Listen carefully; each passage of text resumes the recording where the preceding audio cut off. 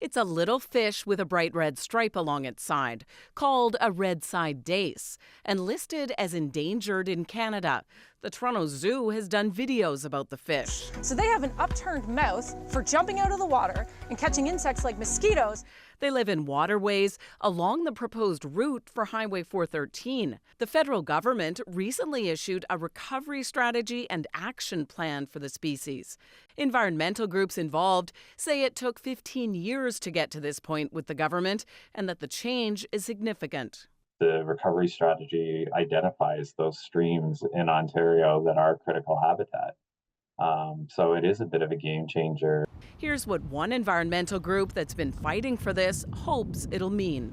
Is in fact an indication that the federal government intends to slam the brakes on 413. His group has been challenging the Canadian government in court to bring in further protections for the fish. Now, the Minister of Fisheries and Oceans has until late January to add the extra protections. His assessment? Most 413 related construction activities and much of the highway itself would be illegal going forward.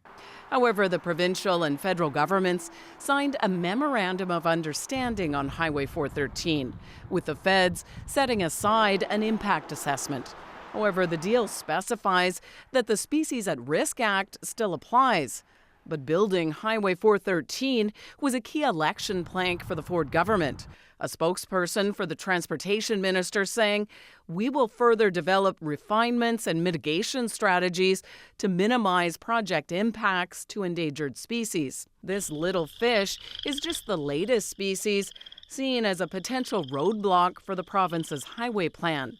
The western chorus frog is another. In total, the activist group Environmental Defense identified 29 different federal species at risk along the proposed highway route. Lorenda, Reddekopp, CBC News, Toronto.